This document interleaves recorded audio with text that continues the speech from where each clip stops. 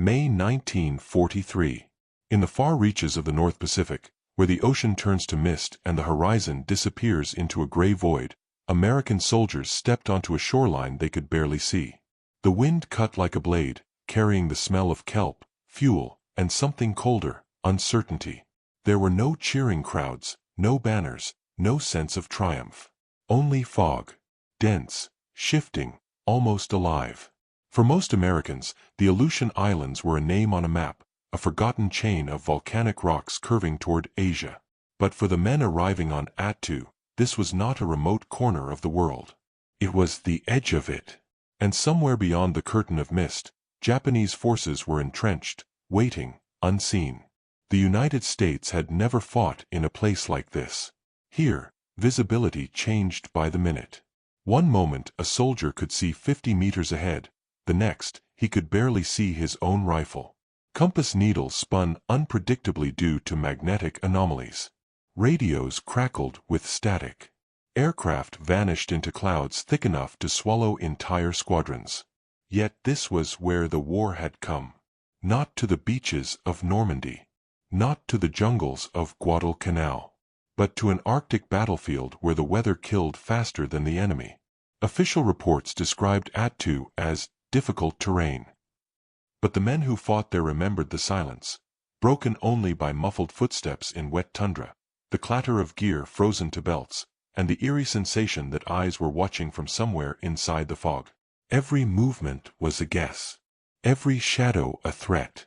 Patrols disappeared without a trace. Shots echoed without direction. On the morning of the landing, one officer wrote in his journal, "We fight ghosts. They see us. We don't see them." This was not the iconic, heroic image of the Pacific War. This was its forgotten frontier, where American forces battled not only the Japanese Empire, but a landscape determined to erase them.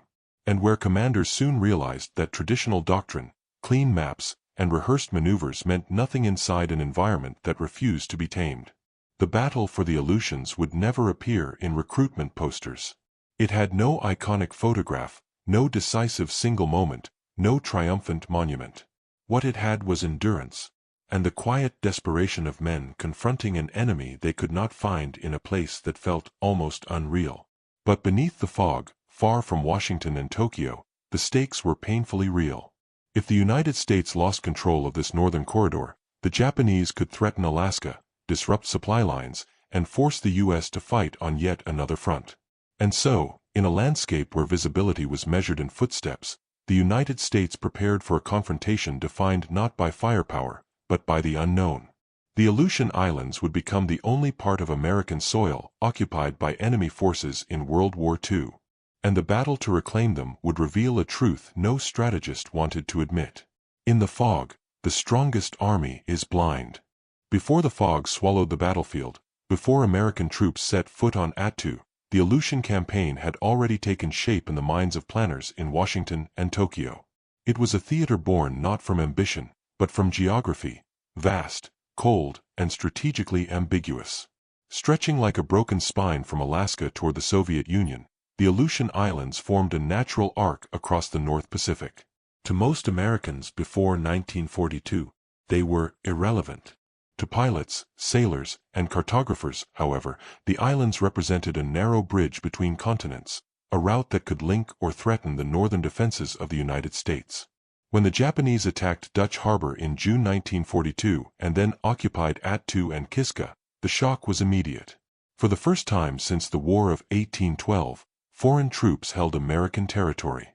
It wasn't Pearl Harbor. It wasn't spectacular. But it was a psychological blow the United States could not ignore. American commanders understood the implications. If Japan fortified the islands, they could potentially create air bases capable of threatening Alaska's ports, the Lend-Lease supply chain to the Soviet Union, and even the industrial facilities in the Pacific Northwest. The U.S. War Department didn't need more fears circulating among the public. Fear had already reshaped the nation once. In reality, the Japanese occupation of the Aleutians had been partly a diversion to draw U.S. forces away from Midway. But once they landed, Tokyo decided to hold the islands as a defensive buffer, a northern shield for the empire. What followed was a bizarre stalemate, shaped less by armies and more by nature.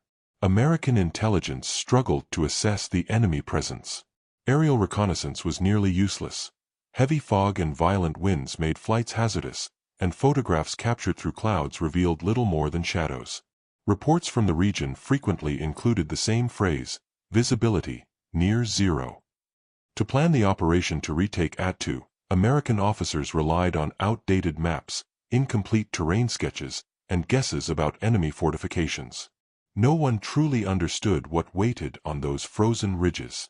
Even landing sites were chosen by approximation, guided by brief windows of satellite clarity, moments when fog lifted just enough for a camera lens to glimpse a coastline. Meanwhile, the men of the U.S. 7th Infantry Division prepared for a kind of war they had never trained for. Many had been stationed for desert warfare in North Africa before being abruptly reassigned to an Arctic campaign. Their gear, clothing, and expectations belonged to a different climate entirely. They would soon discover that boots designed for sand performed poorly in ankle-deep tundra and freezing mud. The environment shaped every logistical decision. Ships approaching the islands faced unpredictable storms that slammed into hulls without warning.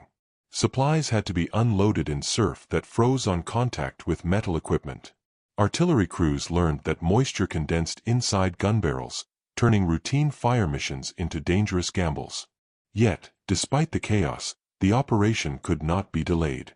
American morale and national pride demanded action. Retaking Attu wasn't just about strategy. It was about showing the country that no piece of American soil, no matter how remote, would remain in enemy hands. As plans solidified, commanders knew one thing for certain. Whatever happened after the landing, the real enemy would not be the Japanese. It would be the cold, the fog, the isolation, a battlefield that refused to reveal itself. What no one predicted was how completely the environment would define the battle. The Aleutians would force American forces into a fight where orientation vanished, weapons jammed in the cold, and visibility shifted between moments of clarity and total blindness. The stage was set. Attu waited in silence, a narrow island surrounded by violent seas, shrouded in mist, and held by an enemy determined to make the Americans pay for every meter of ground. The United States was about to enter a world where doctrine failed, maps lied, and every soldier felt alone. When American troops finally approached Attu on the morning of May 11, 1943, they saw almost nothing. The island appeared as a faint silhouette inside a shifting wall of fog, a vague mass of cliffs, tundra, and snowfields. The sea was restless, rising and falling in long, cold swells that made the landing craft roll like toys. Many soldiers stepped onto the beach already nauseated and exhausted, their uniforms soaked by freezing spray. Operational plans had assumed the landing zones would be clear of major obstacles. They were not. The beaches were narrow, uneven, and littered with volcanic rocks polished by centuries of storms. The ground beneath the surface was not firm soil but a mixture of waterlogged moss and mud that swallowed boots to the ankle. Every step felt like dragging a weight. Artillery units attempted to bring their guns ashore, but found that the wheels sank immediately into the tundra. Crews tried wooden planks, then netting, then brute force. None worked well. A 105 mm howitzer required a dozen men to move it a few meters. Vehicles performed even worse. Trucks stalled, rolled into pits, or became immobilized where the ground softened without warning. Still, the 7th Infantry Division pushed forward. Their expectation, supported by flawed intelligence, was that Japanese defenses would concentrate near the beaches. Instead, the landscape was eerily empty. No machine gun fire greeted them. No mortars fell. The silence was unsettling, deeper than anything they had experienced in training.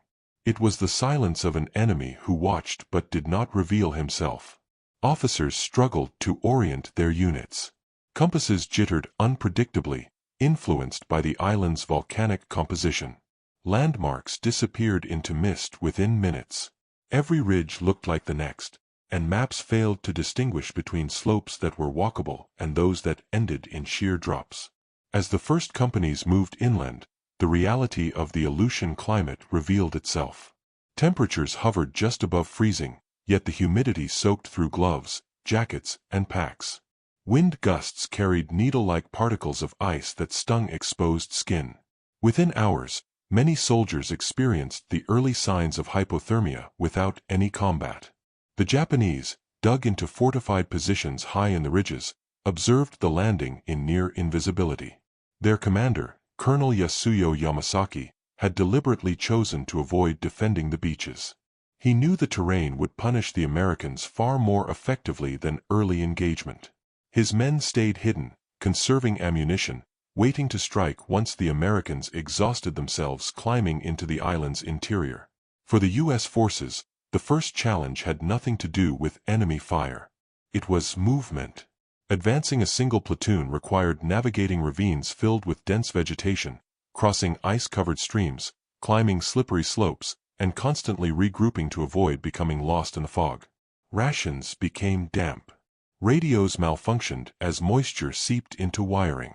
Rifles developed condensation in their barrels, forcing constant cleaning.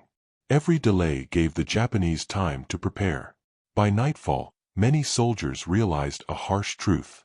They had landed on an island where the environment itself was fatal, and where the enemy preferred to remain invisible. Attu would not be conquered by momentum or overwhelming firepower. It would be conquered meter by meter, in terrain that fought back at every step. And somewhere in the ridges above them, the Japanese waited, silent, patient, and hidden inside a world of mist. In the days following the landing, the American advance slowed to a crawl. Fog thickened, rain turned to sleet, and the ground dissolved into a mixture of water and ice that clung to boots like adhesive.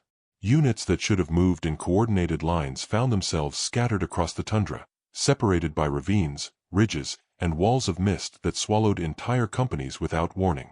Patrols sent to probe ahead disappeared for hours at a time. Sometimes they returned disoriented, circling back to their own starting point. Sometimes they emerged carrying wounded men who had slipped on rocks or plunged into hidden crevasses. And sometimes they didn't return at all. The first contact with the Japanese came not with a gunshot, but with an echo. A patrol from the 32nd Infantry Regiment reported hearing a metallic click, the sound of a rifle bolt, somewhere in the fog. They froze, searching for shapes that never appeared. A moment later, 2 bullets snapped past them, fired from an unseen position high in the hills. The men dove to the ground, unsure where the threat was coming from or how many enemies were watching. This kind of engagement became typical. Short, sharp bursts of fire from positions the Americans couldn't identify, followed by silence so complete it felt unnatural. The Japanese used the terrain like a weapon, relocating between ridgelines hidden by fog and digging foxholes camouflaged with moss and volcanic stone. Their discipline was precise. Their patience, immense. American soldiers grew restless. Without clear lines of sight, every sound became suspicious. A rock tumbling down a slope could trigger nervous rifle fire. The wind itself, shifting through tall grass, sometimes sounded like footsteps. Night brought even greater uncertainty, as cold drained energy and forced men to huddle close to avoid freezing. And yet, the greatest threat remained invisible. Trench foot spread quickly. Soldiers who stood in water-soaked boots for hours found their feet swollen, numb, and discolored. Medical officers struggled to keep up, urging units to rotate socks and rub their feet dry, a task nearly impossible in constant rain and fog. Frostbite cases followed. Hypothermia took men out of action without a single shot fired. Meanwhile, supply lines strained under conditions no planners had fully anticipated. Ammunition crates absorbed moisture and split open. Gasoline thickened in the cold. Field radios malfunctioned as dampness corroded contacts. Helicopters did not exist yet, and aircraft resupply was unreliable in near-zero visibility, forcing many units to ration what little they had. Still, the division pressed on. Officers relied on compass bearings, gut instinct, and brief breaks in the fog to orient their march. Progress was painfully slow. One company advanced only 600 yards in an entire day. The men expected fierce battles.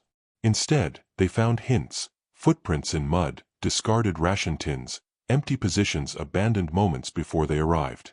It was as if the Japanese were tracking every American movement while revealing none of their own. Psychological fatigue accumulated. One soldier wrote in his diary, "I've stopped imagining what the enemy looks like. Out here he's just a shape in the fog." When combat finally intensified, it did so without warning. A platoon attempting to scale a ridge encountered an invisible crossfire that pinned them down for hours. Machine gun nests hidden in rocky outcrops fired with precision, striking from angles that maps didn't predict. The Americans responded with mortars, only to watch the rounds vanish into clouds, unsure if they struck their targets. The landscape amplified fear. Every ridge felt like a potential ambush. Every valley felt like a trap. The war in the Aleutians didn't resemble the jungle or desert fighting that dominated the Pacific and North Africa. It was something different, a confrontation defined by uncertainty, isolation, and an enemy who used the terrain with surgical efficiency. Attu was beginning to reveal its true nature. A battlefield where technology failed, visibility vanished, and courage meant advancing into places no one could see. By the end of the first week on Attu, American commanders understood that the island itself dictated the terms of battle. Every advance meant climbing ridges layered like stair steps, rising sharply before plunging into valleys filled with icy streams and thick underbrush. From afar, the terrain looked manageable. Up close, it was a labyrinth of abrupt walls, hidden shelves, and slopes so steep that men had to crawl on all fours to ascend them. The Japanese had studied this ground meticulously. Their defensive positions were not linear but vertical, arranged across successive elevations that allowed overlapping fields of fire. A machine gun placed on one ridge could cover multiple approaches while remaining concealed by rocky outcrops and patches of fog. Mortars hidden farther up the slopes used plunging fire to strike American units even when they hugged the ground. For the U.S. infantry, moving forward required scaling terrain that absorbed time, energy, and morale. Soldiers found themselves climbing ridges that looked close but took hours to reach. Once at the top, they discovered yet another ridge behind it, higher, steeper, and often occupied by Japanese troops waiting in silence. What made the situation worse was the Aleutian weather, which shifted unpredictably. A platoon might begin climbing under weak sunlight, only to find the ridge swallowed by fog halfway up. Visibility dropped from hundreds of feet to arm's length. Some men lost contact with the soldiers ahead and slipped, tumbling several yards down the slope. Others pressed forward blindly, not knowing if the next step would lead to a stable foothold or a sheer drop. During one ascent, members of the 4th Infantry Regiment encountered swirling sleet that turned the rock faces slick. Rifle stocks became coated in ice. Gloves soaked through and stiffened, making it difficult to grip weapons. When they finally reached the crest, they were met with a burst of gunfire from Japanese positions camouflaged under layers of moss and earth. The Americans hit the ground, struggling to identify targets through the mist. For several minutes, both sides exchanged fire without ever seeing each other clearly. This was the pattern of Attu. Hours of grueling movement, followed by seconds of violence, then silence. Artillery support offered little relief. Fog obscured spotting efforts, and radio communication often faltered in the cold. Shells fired at Japanese positions landed with uncertain accuracy. Some exploded harmlessly against rocks, others fell short, forcing American units to hug the ground until the barrage ceased. Because the terrain funneled units through predictable routes, medics faced enormous danger retrieving the wounded. Evacuation required navigating narrow paths exposed to enemy fire. Stretcher teams slipped repeatedly in the mud. Hypothermia set in quickly among injured men, turning survivable wounds into fatal ones. Still, American troops pushed deeper into the island. They learned to adapt. Small unit leaders began using flanking routes, hugging the edges of ridges to minimize exposure. Mortar crews timed their fire between fog breaks.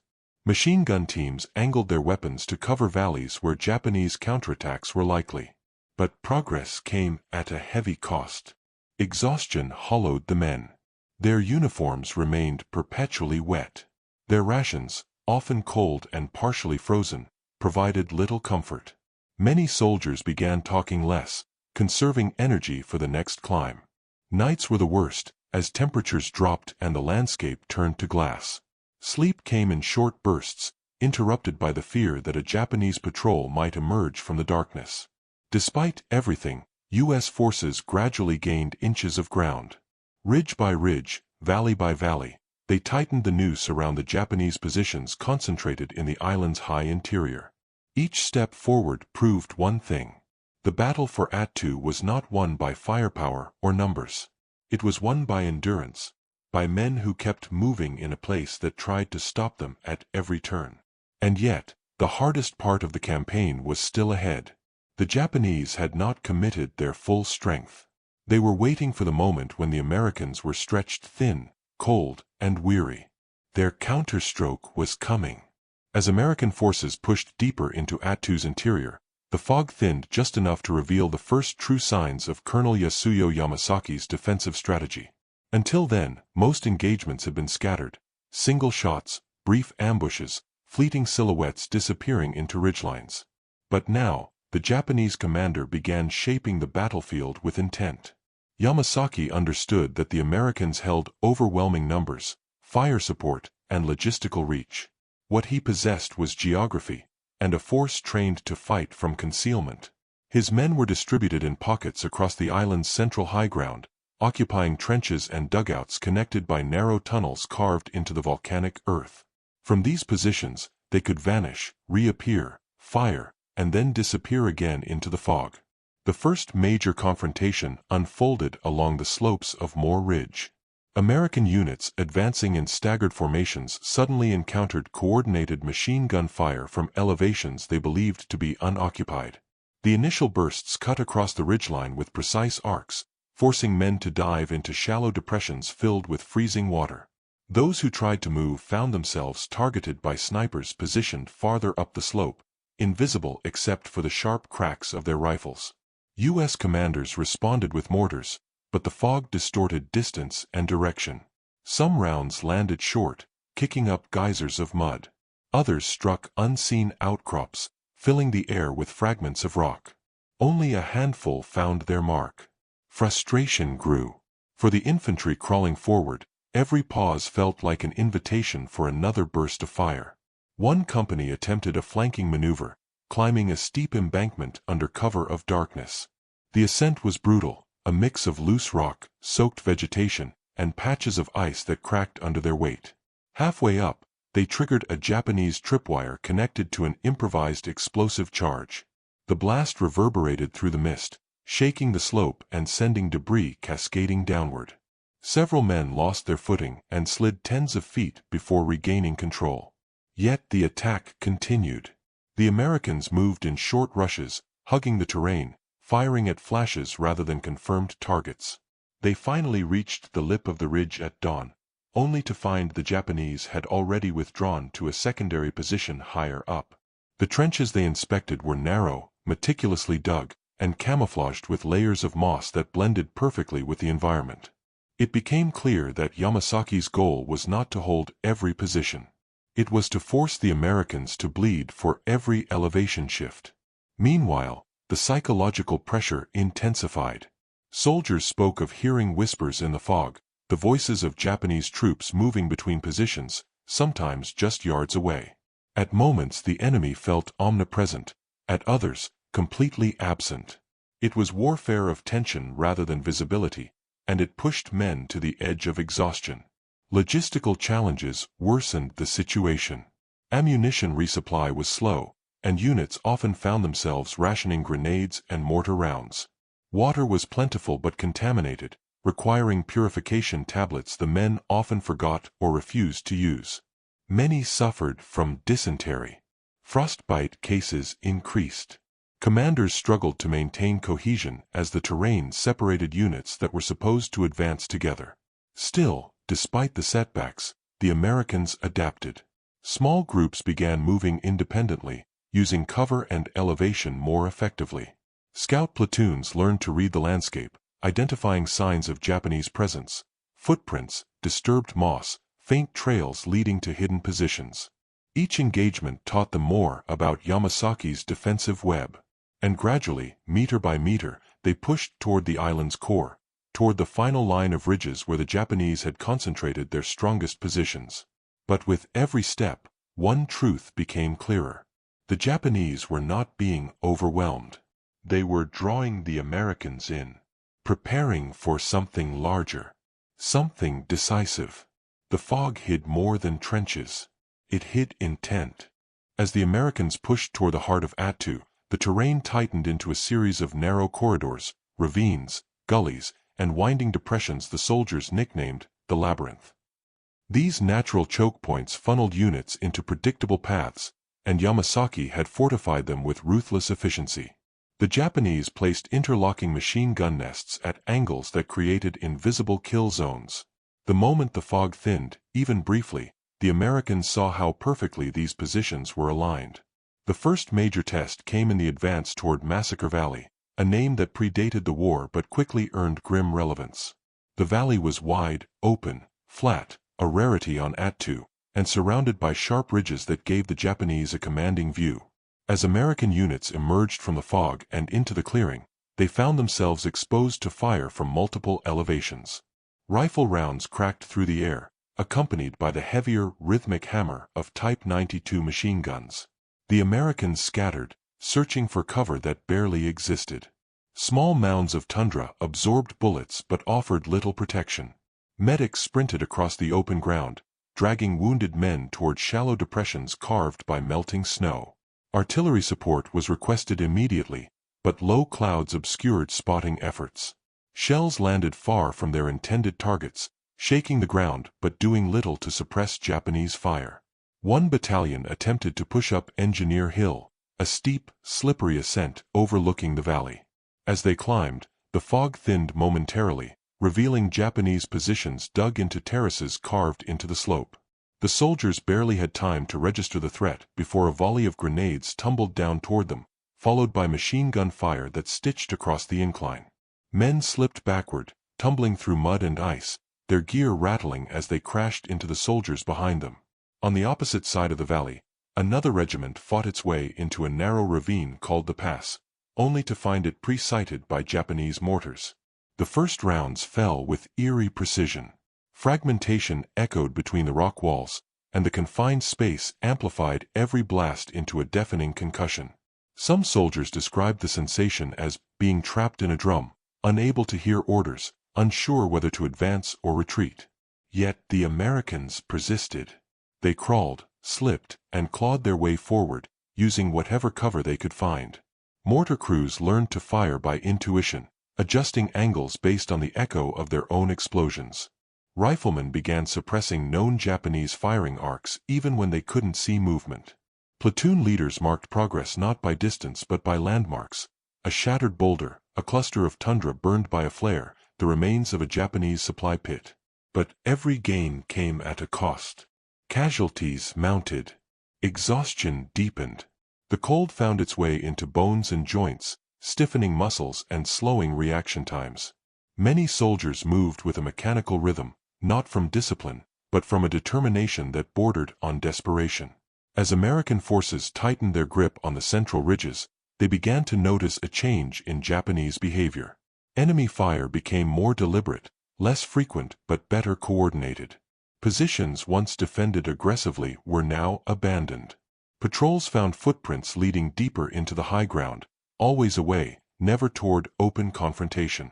Yamasaki was repositioning, pulling his men back into the final defensive ring, concentrating them for a single, decisive stand.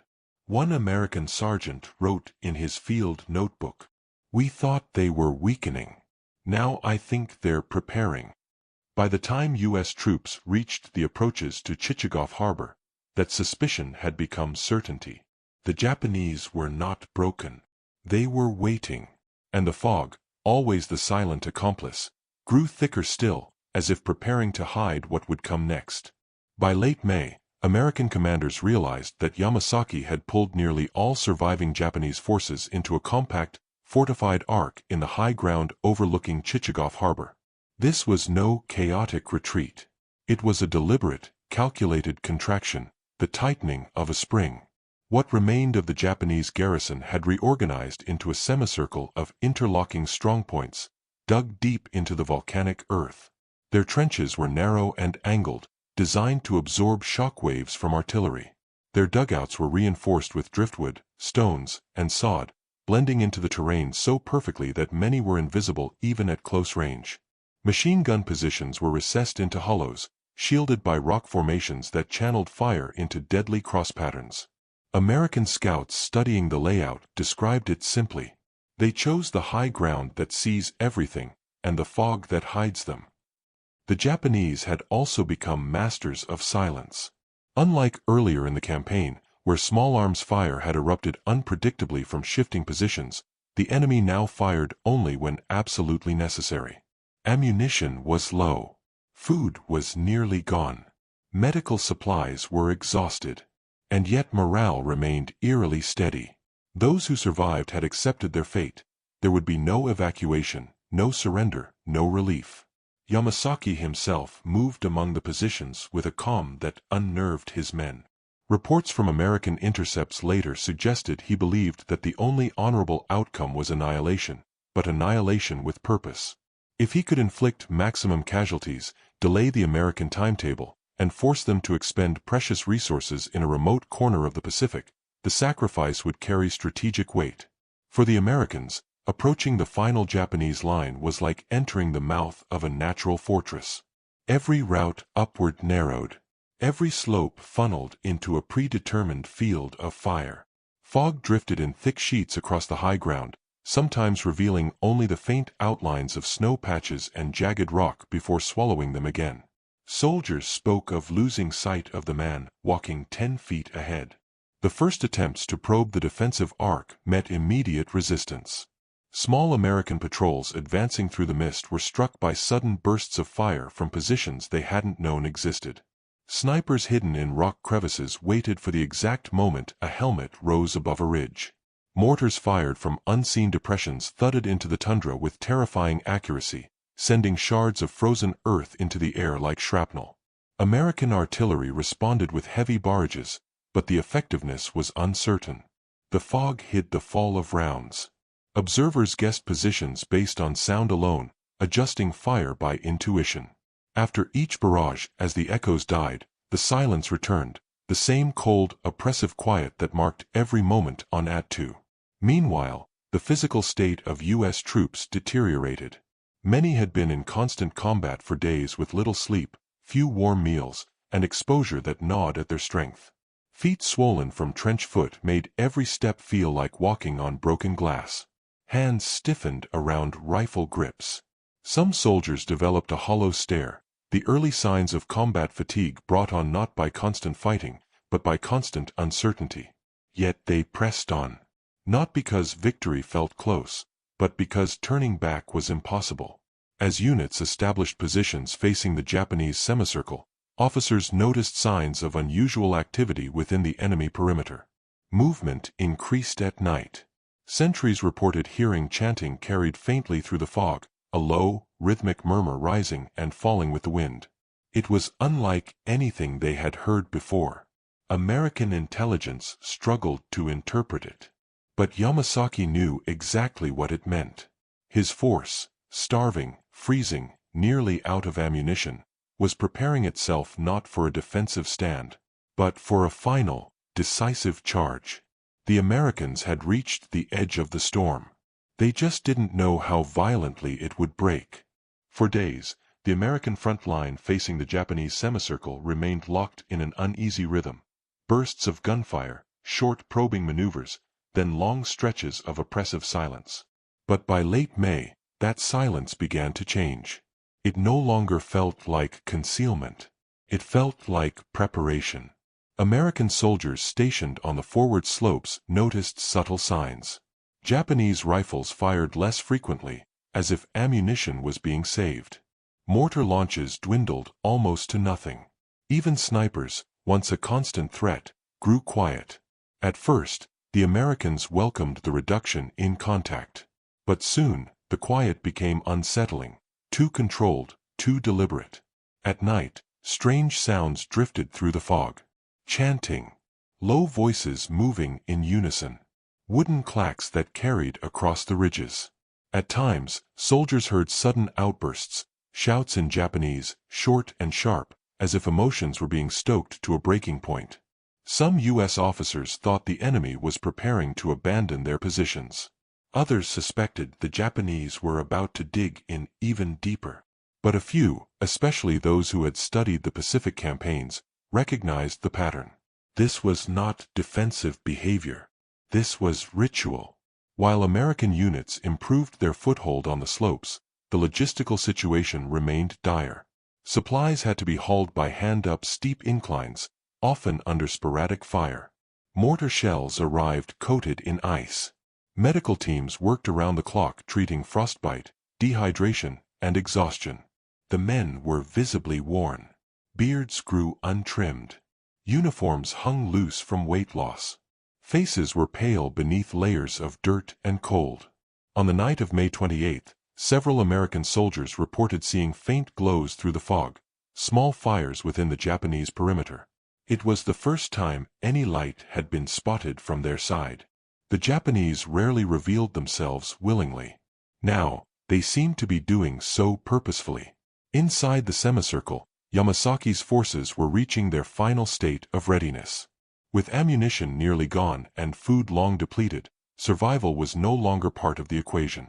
The Japanese commander had addressed his men, urging them to prepare for a Banzai charge, not a chaotic rush, but a coordinated, disciplined assault meant to tear a hole through American lines and push down into Massacre Valley. Their goal wasn't escape. It was impact. To harden their resolve, Japanese soldiers burned personal effects, shredded documents, and redistributed the last remaining weapons. Some filed their bayonets to needle points. Others tied bandages beneath their helmets to absorb sweat and blood during close combat. Many wrote final messages on scraps of cloth, stuffing them into their tunics. Meanwhile, American patrols moving close to the perimeter reported eerie scenes: abandoned foxholes, silent trenches, and weapons arranged neatly beside firing positions. It was as if the Japanese had stepped away only moments before. Weather conditions worsened. Fog thickened until visibility dropped to just a few feet. The wind howled over the ridges, carrying with it the smell of damp earth and cold metal. Snow flurries drifted in unpredictable spirals, blurring the boundary between land and sky. Commanders on the American side ordered their men to remain alert, but even the most vigilant struggled against fatigue. Many had been awake for nearly 48 hours, nerves shot from constant tension. Some slept sitting up, rifles across their knees, eyes flickering open at the slightest sound. Then, shortly before dawn on May 29th, the fog shifted in an unnatural way, not dispersing, but trembling, as if something large was moving within it. Shadows appeared, vague at first, then multiplying, merging into a mass. A sergeant on the front line whispered, "They're coming." What happened next would become one of the most violent close combat clashes fought on American soil, a fury of bayonets, grenades, and desperate hand-to-hand struggle in the frozen mud of Attu. The storm was about to break. Dawn on May 29th arrived without light. The fog was so dense that it turned morning into a gray twilight, muting all contours of the land. American soldiers on the forward slopes sensed movement before they saw anything: a vibration in the earth, the sound of feet striking tundra in unison, the low rumble of voices rising in cadence. And then, shapes began to emerge. Dozens at first, then hundreds. Japanese troops surged out of the mist in a tightly packed column, led by Colonel Yamasaki himself. They carried rifles with fixed bayonets, swords, poles, even makeshift spears. Many wore bandages across their heads, their uniforms torn from weeks of exposure. Some had no boots. But they moved with a terrifying purpose, not hurried, not chaotic, but in a steady, accelerating charge. The Americans on the front line froze for a heartbeat. The fog made the assault appear larger than life, a wall of bodies thundering toward them, filling the valley with a rhythm like rolling thunder. A machine gun crew opened fire first. The tracer rounds cut horizontal streaks across the mist, punching holes into the leading ranks, but the formation did not break.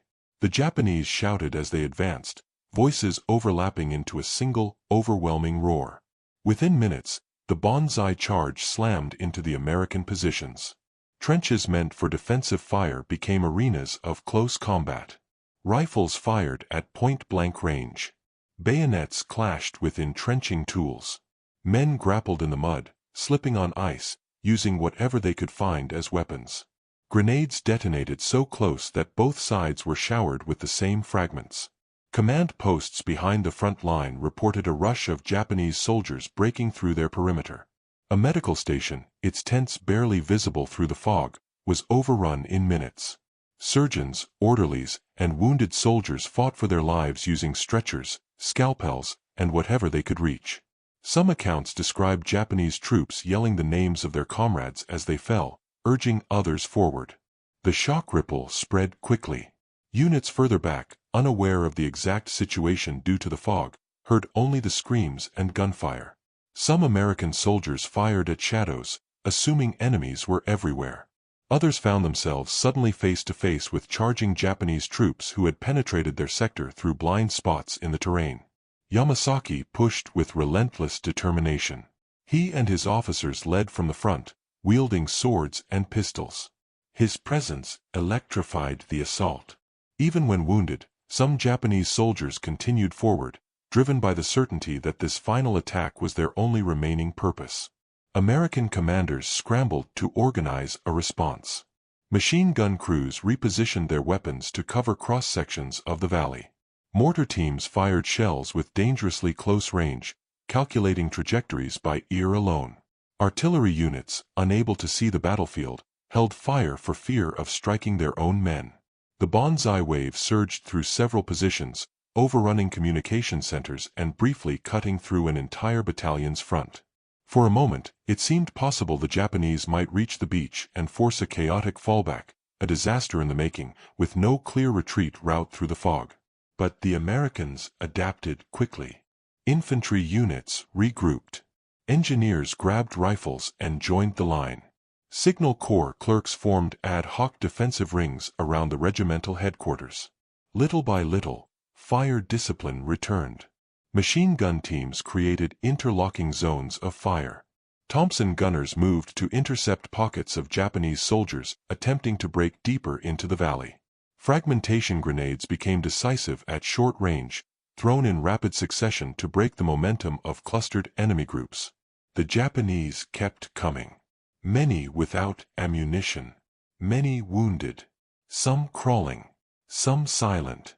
Some screaming. The fog hid the scale of the battle, but it amplified the sound.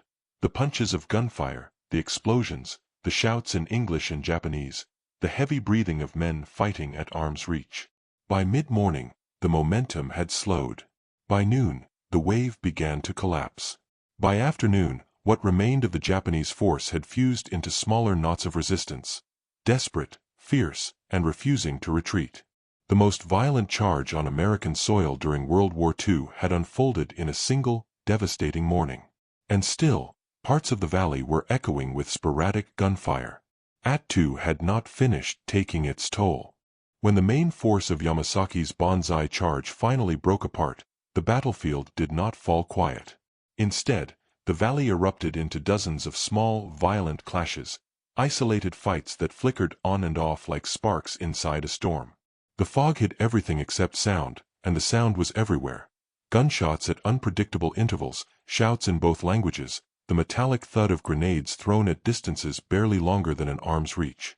Japanese soldiers who had survived the initial charge did not retreat. They splintered into smaller groups, using the broken terrain to their advantage. Some moved through dry streambeds, popping up behind American positions.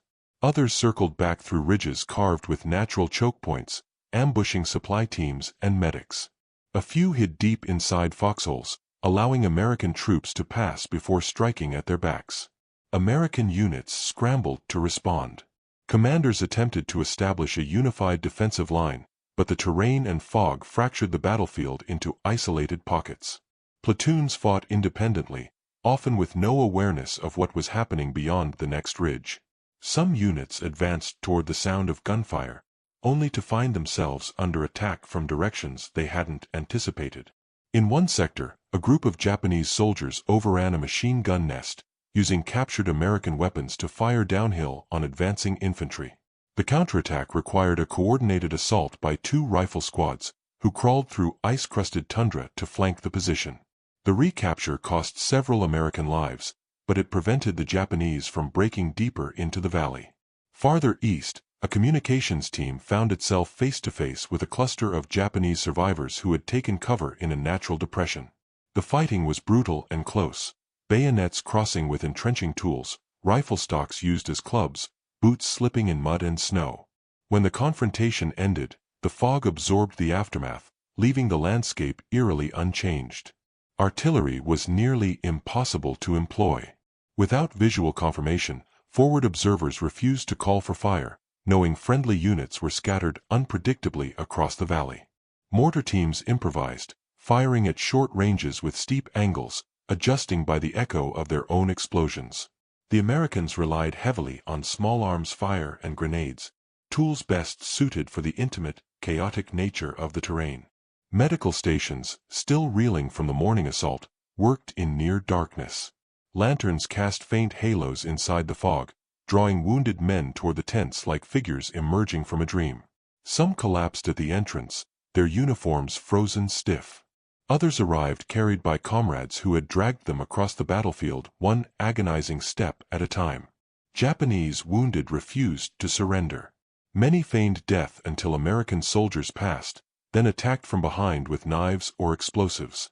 This forced medics and stretcher teams to move cautiously, scanning every shape in the fog before approaching the fallen. The psychological toll was immense. Exhaustion blurred into hypervigilance. Some soldiers flinched at shadows that turned out to be nothing more than fog swirling in the wind. Yet slowly, the American perimeter tightened. Rangers, infantrymen, engineers, and clerks formed composite units, clearing ridge by ridge, foxhole by foxhole. They moved methodically, covering angles, marking cleared positions with strips of cloth, maintaining contact with shouted voices, the only reliable communication in the fog. By late afternoon, most organized resistance had collapsed. The Japanese had fought with a ferocity that stunned even seasoned veterans, but their ammunition and strength were nearly gone.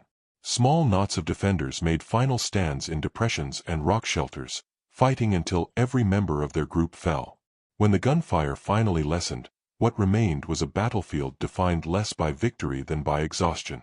The valley was scarred with discarded weapons, torn equipment bags, bloodied snowpacks, and the still shapes of men who had charged or defended with equal desperation.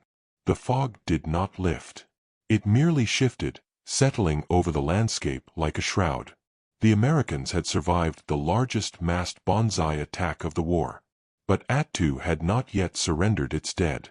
And night was approaching, a night in which the wounded would shiver, the living would search the darkness, and the island would reclaim its silence inch by inch. When the gunfire finally began to fade, the battlefield did not return to order.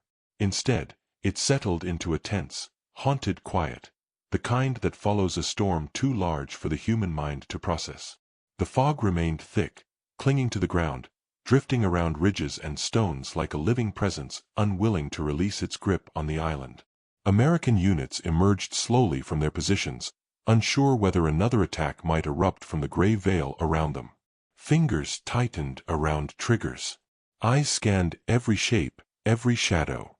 Only after several minutes of silence did officers dare to move more freely, stepping over churned earth and fragments of broken weapons. What they saw was unlike anything they had witnessed before. The valley was littered with bodies, American and Japanese, many of them intertwined in the positions where they had fought hand to hand. Rifles lay jammed into the ground. Helmets were scattered across the tundra, some dented by blows, others punctured by bullets. Spent casings formed metallic constellations across patches of snow. Smoke drifted from the last smoldering crates at the aid station that had been overrun hours earlier. Medics moved cautiously through the wreckage. They listened for breathing, for groans, for the faint rasp of someone still alive. The fog distorted sound, making it difficult to distinguish the injured from the dead. Some soldiers called out for help, their voices muffled by the cold. Others whispered, conserving energy, drifting in and out of consciousness. For many Americans, the scene brought a new understanding of the Banzai charge.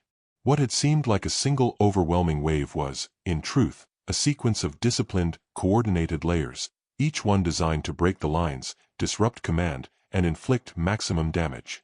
The Japanese had fought not as individuals, but as a collective force willing to spend every last drop of strength. As the Americans walked the valley, they found small groups of Japanese soldiers who had died together, weapons still raised or clutched to their chests. Some had fallen with grenades in their hands. Others lay face down in the mud, frozen in mid-stride. Many wore headbands or strips of cloth with final messages. More than one American paused to study the writing before moving on. The emotional impact was profound. For days, the enemy had been invisible, a presence felt through fog, fire, and silence. Now, the cost of that invisible enemy lay plainly on the ground. Even hardened veterans felt a weight settle over them, a mixture of respect, exhaustion, and the uneasy recognition that the Japanese soldiers had fought with a level of commitment rarely seen in the war. And yet, the work was not over.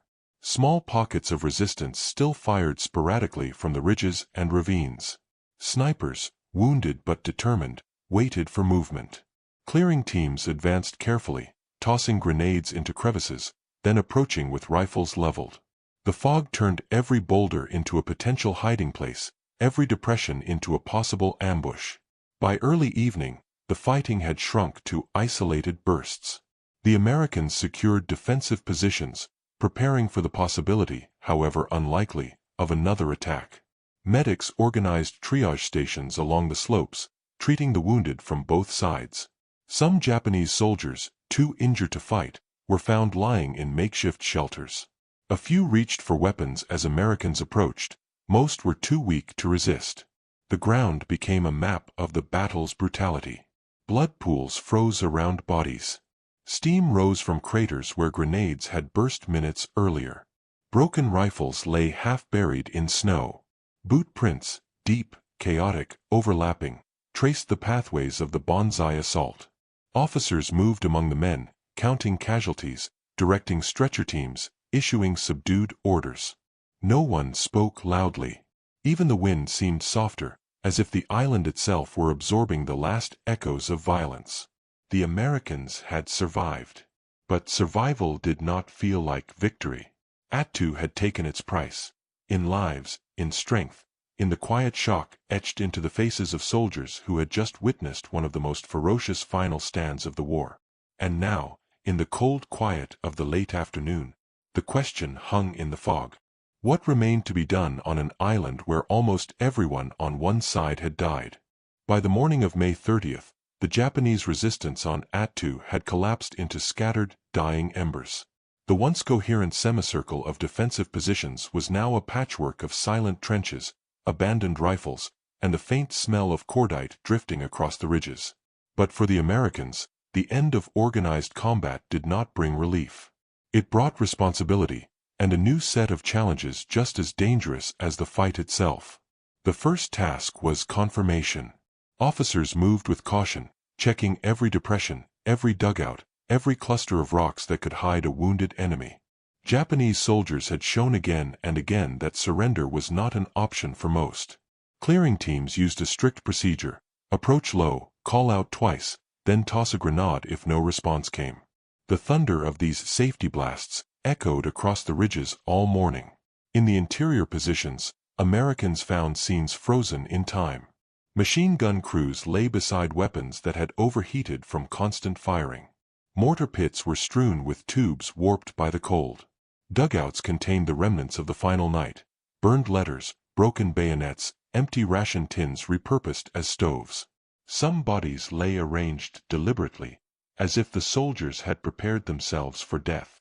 While clearing operations continued, the logistical strain became clear. American units had burned through ammunition at a staggering rate during the Banzai assault. Medical supplies were depleted. Radios, soaked and battered, failed intermittently. The cold had drained the batteries of field telephones and rangefinders. Even basic tools, entrenching shovels, wire cutters, compasses, were worn to exhaustion. Engineers worked to stabilize pathways through the ravines so stretcher teams could evacuate the wounded. Every trip was a test of endurance. Mud sucked at boots, ice formed on straps and buckles, and the fog blurred the edges of the world. Stretcher bearers often moved only a few yards before needing to rest, their breathing harsh in the cold air. Meanwhile, medical stations overflowed. Surgeons worked with numb fingers inside tents stiff with frozen canvas. Hypothermia cases were nearly as common as wounds from combat. Trench foot had progressed to dangerous levels for dozens of men. Frostbite complicated surgeries. Some soldiers apologized repeatedly as doctors worked on them, their minds drifting between shock and exhaustion. There was no celebration. There were no cheers. Only the quiet hum of necessity. Yet amidst the hardship, the Americans demonstrated an efficiency that came from weeks of adapting to the impossible. Supply officers organized emergency drops during rare breaks in the cloud cover. Signal Corps teams repaired radios with improvised tools, drying wiring over small stoves. Infantry platoons rotated men off the line so they could rest, eat, and warm themselves before returning to security operations. The Japanese dead were counted, documented, and buried with care, not out of ceremony, but out of respect and a need to prevent disease. The Americans noted the condition of the bodies, the placement of personal effects, the meticulous organization within the trenches. It was unsettling how disciplined the enemy had remained even in starvation, even in their final hours. Among the most sobering discoveries were the caves. These natural openings, formed by Attu's volcanic geology, had served as shelters, command posts, and infirmaries for the Japanese. Inside, Americans found wounded soldiers who refused to speak, small groups of men lying in rows, and medical stations assembled from driftwood and scavenged equipment. In one cave, a Japanese medic had arranged his tools neatly before dying beside his patients. By midday, the Americans raised new perimeter lines not to defend against attack, for there was no one left to launch one, but to control the battlefield. Patrols ventured slowly toward the last unexamined ridges. The fog thinned occasionally, revealing glimpses of the sea far below, a reminder that the island was unchanging even as the men who fought upon it were forever altered. Attu was secure. But safety did not arrive with victory. It arrived with a heaviness that settled into the bones, the weight of what had happened, and of the lives spent on a remote, frozen corner of American soil. And still, somewhere under the fog, one final chapter waited to unfold. By the time Attu was declared secure on the maps, the Americans knew better than to trust the word secure. The island had taught them that silence did not guarantee safety, only the absence of sound. And so, even after organized resistance collapsed, the search for remaining Japanese soldiers began with the same caution that had guided every step of the campaign. Patrols moved across the high ridges, sweeping ground that had been inaccessible during the fighting. The terrain, now partially cleared of fog by shifting winds, revealed details previously hidden: shell craters half filled with snow, overturned stretchers, ammunition boxes split open by shrapnel. The land bore the scars of days-long violence, etched into every slope and valley. The Americans advanced in tight formations, rifles raised, scanning for any sign of movement. Many expected snipers, wounded men who had crawled to vantage points for one final shot. Others anticipated small groups attempting to break through lines in the confusion after the Banzai assault. What they found instead was a landscape frozen in the aftermath of determination pushed beyond human limits. Near the upper ridges, patrols discovered Japanese foxholes meticulously arranged in a horseshoe pattern. Each position held spent cartridges, broken bayonets, and sometimes a rifle still resting on its firing ledge. The soldiers who had manned them were gone, either dead elsewhere or part of the final charge.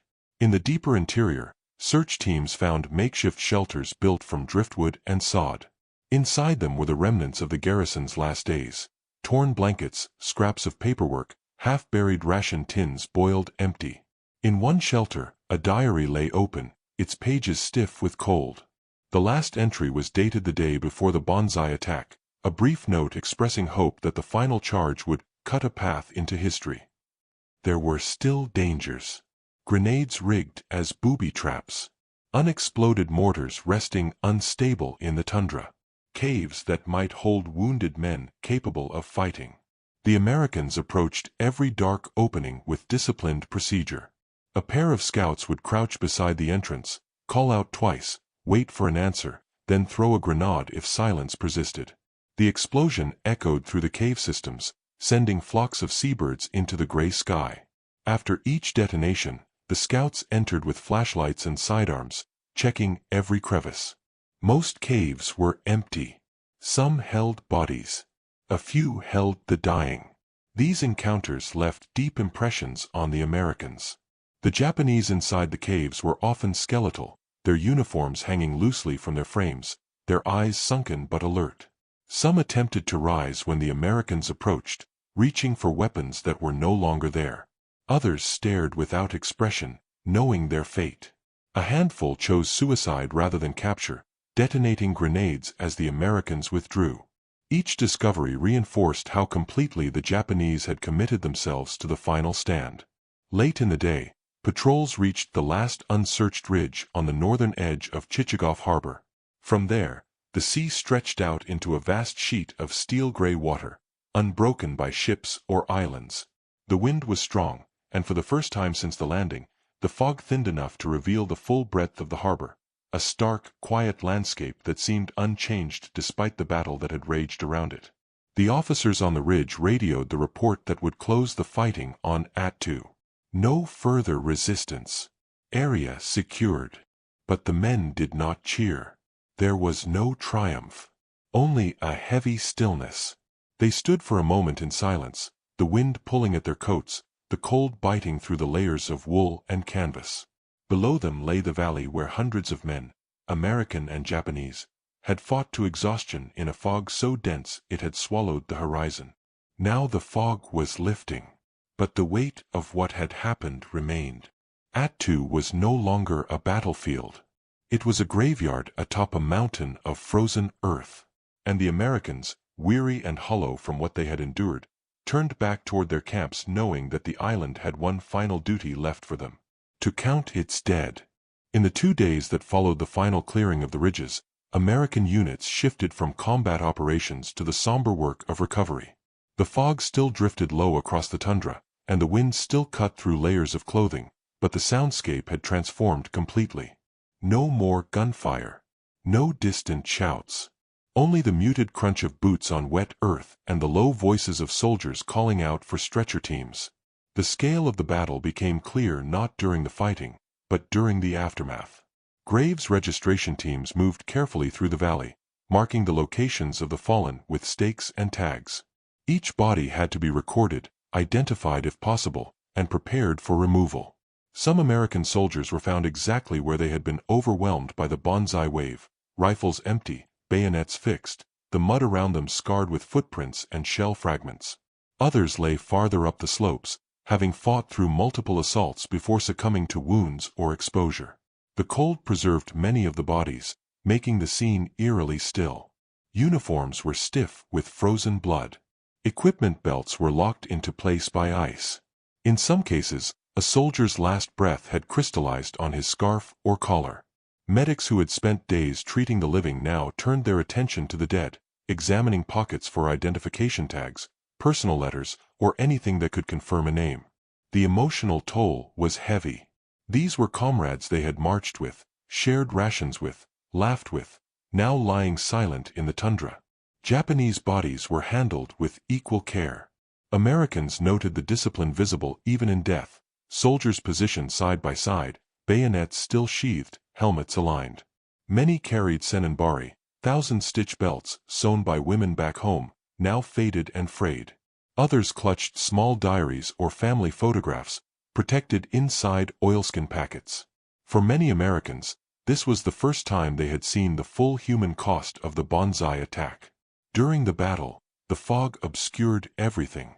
Now, with visibility slowly improving, the ground revealed the magnitude of sacrifice the Japanese garrison had made. The final tally would show that nearly every Japanese soldier on Attu had died, more than 2,300 men, with only a handful taken prisoner, most of them gravely wounded. The American casualties were also staggering: hundreds killed, thousands wounded, and many more stricken by exposure, frostbite, or disease. Attu was the second deadliest battle in the Pacific up to that point, a fact that shocked the War Department when the reports arrived. Engineers and infantrymen worked together to gather equipment scattered across the battlefield. Machine guns, bent and iced over. Mortar tubes cracked from cold. Ammunition boxes half submerged in mud. The terrain seemed almost unwilling to release what it had consumed. Sometimes soldiers had to pry rifles from frozen earth with entrenching tools. Meanwhile, chaplains moved quietly among the recovery teams, offering prayers for both sides in small, improvised ceremonies. On one ridge, an American company held a brief moment of silence for the fallen, theirs and the enemy's, while the wind blew steadily across the tundra, carrying thin flakes of snow that drifted like ash. As the Americans gathered their dead for evacuation, the fog lifted higher than it had in weeks. For the first time, the full panorama of the battlefield became visible: the winding gullies, the torn-up ridges, the scattered debris of war. What had been a claustrophobic, fog-shrouded maze now appeared stark and vast, a landscape that seemed to have witnessed far more than it was willing to show. And in that clarity, the men felt the weight of what they had endured. Attu was won. The enemy was gone.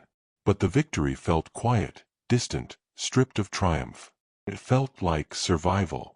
And as the bodies were carried toward the beach, the island remained unchanged, cold, gray, indifferent, reminding every man that no nation truly owns a place like this. They only survive it. In the days following the battle, the United States finally had the opportunity to assess what it had gained, and what it had lost, on the remote island of Attu. Strategically, the victory closed a wound that had quietly unsettled the American public since 1942. Enemy forces had occupied U.S. territory, and now, at last, that territory was reclaimed. But to the officers and planners studying the reports, the meaning of the battle ran deeper than symbolism. Attu offered lessons, harsh ones, about logistics, terrain, and the limits of doctrine. The first revelation was that the Aleutians were not a marginal theater after all. The Japanese had used Attu and Kiska as outposts to guard their northern flank, extend reconnaissance, and disrupt Allied presence along the trans-Pacific routes. Their foothold threatened the security of Alaska, the Lend-Lease pipeline to the Soviet Union, and even the shipping lanes feeding the Pacific Northwest. Removing them was not optional, it had been essential. Second, Attu exposed glaring weaknesses in American preparation for extreme environments. Many units had arrived with gear designed for desert operations. Their clothing failed in cold. Their boots dissolved in mud. Their weapons jammed in sleet and mist. Radios corroded. Batteries died. Compasses behaved erratically. After-action reports urged the War Department to create specialized cold-weather equipment and training programs, recommendations that would influence Arctic and Korean War doctrine years later. Third, and perhaps most striking, Attu demonstrated the psychological and tactical power of terrain. Fog and mountains had neutralized much of America's technological advantage. Air support had been intermittent. Artillery had struggled with visibility. The infantry had fought under conditions that erased depth perception, line of sight, and traditional formations. The Japanese, though outnumbered and undersupplied, had leveraged the environment to delay the Americans for weeks and inflict disproportionate casualties. The Banzai charge, the largest of the war fought on American ground, became a case study in both the strengths and the limits of the tactic. Army analysts pored over the accounts. How 1,000 men could break through multiple lines. How chaos nearly turned into catastrophe. How fragile command structures became in dense fog and close combat. These observations shaped training manuals and field guidance across the Pacific, preparing units for similar final assaults on islands like Saipan, Peleliu, and Okinawa. Beyond the tactical and operational lessons, Attu carried a strategic consequence that few recognized immediately. Its recapture gave the United States a northern staging point. From Attu and nearby Adak, American aircraft could reach the Kuril Islands, striking Japanese outposts and testing the defenses along the empire's northern rim. It also opened the possibility, considered seriously at the time, of launching future operations against northern Japan, though these plans were later overshadowed by progress in the Central Pacific. For Japan, The fall of Attu marked a sobering reality. The empire could no longer protect its outermost holdings. Supply lines were too stretched, aircraft too limited, fleet mobility too constrained. Attu's loss foreshadowed a shrinking perimeter, one that would tighten with every American advance across the Central and South Pacific. News of the battle reached Washington and Tokyo with different tones. In the U.S., newspapers framed the victory as the liberation of American soil. In Japan, the loss was overshadowed by other defeats, but military leaders understood the symbolism. An entire garrison had chosen death over surrender, and still the island fell. For the men who survived, Attu's meaning was personal, not strategic. They understood what the maps and reports could not capture: the weight of the fog, the cold that seeped into bone, the silence that swallowed everything, and the faces of comrades left behind on the tundra. They knew that Attu mattered, not because of its position on a chart, but because of the price paid to reclaim it. And as the last transports departed the island, carrying the wounded and the dead, commanders looked back at the ridges rising into the mist and understood that this battlefield would be remembered not for its size or its fame, but for its severity. Attu was a victory, but it was a victory earned at the edge of the world, one that revealed the true cost of fighting where the land itself is an enemy. When the transport ships finally pulled away from Attu's gray shoreline, the island remained exactly as it had always been: silent, indifferent, and wrapped in the same drifting fog that had swallowed the battle from the first day. The sea beneath the hulls was calm, almost deceptively so. It reflected a sky of soft, muted light, the same color as the rocks and ridges left behind.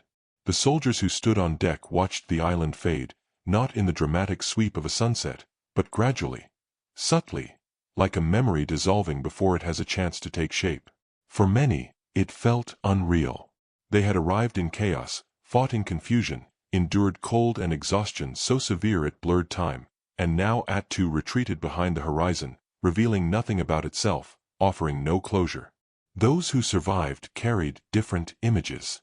Some remembered the fog, a presence that felt almost alive, hiding friend and enemy alike. Others remembered the sound of the Banzai charge, a human wave emerging from the mist with a force that still echoed in their bones. Many remembered the stillness afterward, the moment when the valley went quiet and revealed the price of the battle in stark, frozen detail. In official reports, the victory at Attu became a footnote in the larger Pacific War. The Aleutians were remote, strategically important but not glamorous. There were no iconic photographs, no triumphant headlines, no monuments rising in capital cities. The story was overshadowed by Midway, Guadalcanal, Tarawa, battles where the sun shone and the cameras rolled. But for the men who fought there, Attu was unforgettable. It was the place where technology failed and human endurance became the deciding factor. The place where the cold defeated as many soldiers as bullets. The place where an entire Japanese garrison fought to its last breath in silence and fog. And the only place on American soil where a World War II battle claimed thousands of lives. As historians later studied the campaign, they found a paradox. Attu was both insignificant in scale and immense in meaning. It showed how war could bend into shapes dictated by terrain and weather, how doctrine could crumble under conditions no strategist had imagined. It demonstrated the force of will on both sides, Americans pushing through exhaustion in an alien world, and Japanese soldiers fighting with a dedication that defied logic and mathematics. But beyond tactics and strategy, Attu revealed something deeper. That even in a global conflict filled with vast armadas and sweeping offensives, there were corners of the earth where war became intimate, raw, and brutally human. In the years after the battle, few returned to Attu. Nature reclaimed the foxholes. The tundra closed over the scars. The fog resumed its vigilance, rolling across ridges as if erasing the memory of what had happened.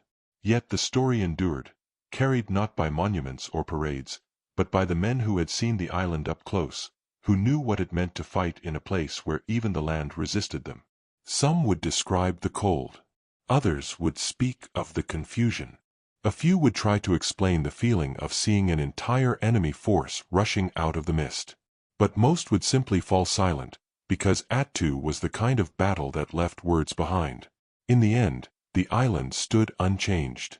remote, unforgiving. A silent witness to the moment when two nations clashed in a world of fog and ice. The Americans left with victory. The Japanese remained in the earth. And Attu kept its secrets. Only the wind remembers everything.